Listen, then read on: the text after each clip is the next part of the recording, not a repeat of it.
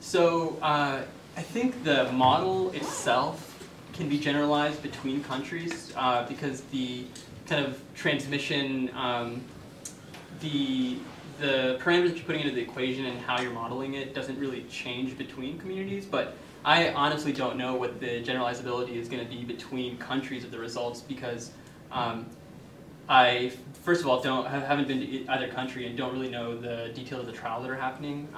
And there's such vast variability between countries in terms of what their initial level of endemicity is of the disease. Some are like hyperendemic, some are mesoendemic, and some have prevalence of like 10%, which is quite low. And so they all end up behaving quite differently in the long run. Are you going to stratify them first by country, or are you going to just put that? I'm just be doing doing Niger data as a separate project, and then it would probably each project would be based on the data from a different trial.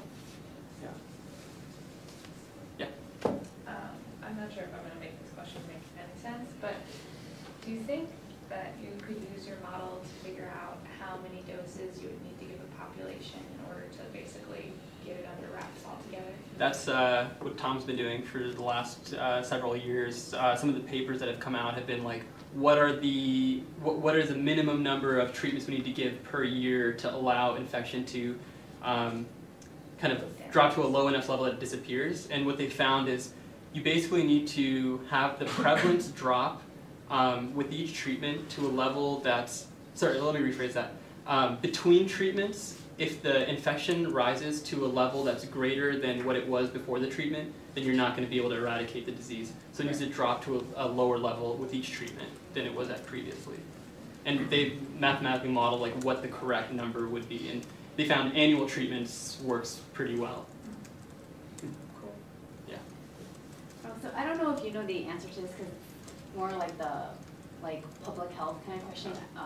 So obviously you were saying like your results will have ramifications for like, what the WHO wants to do or like the resources that they can dedicate to eliminating if possible.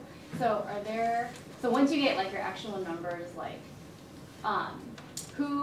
is there a threshold like percent efficacy that decides like, yes, they're going to commit to this and they're not, or is it like there are studies that have like certain levels, or there's a committee who just arbitrarily decides like if they give a thumbs up or not? Like, how does that happen? Yeah, I don't know the answer to that. That's a tough question. I think if efficacy slips below 70%, it's mathematically it's hard to see how you'd get elimination in worst areas. So, but I don't know that 70% is a magic number.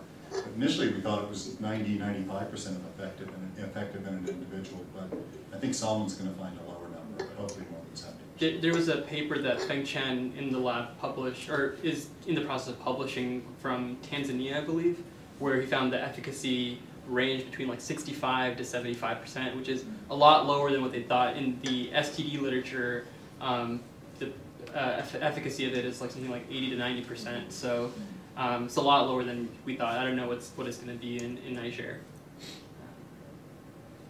Great. Well, thanks, Salman. Yeah, thanks.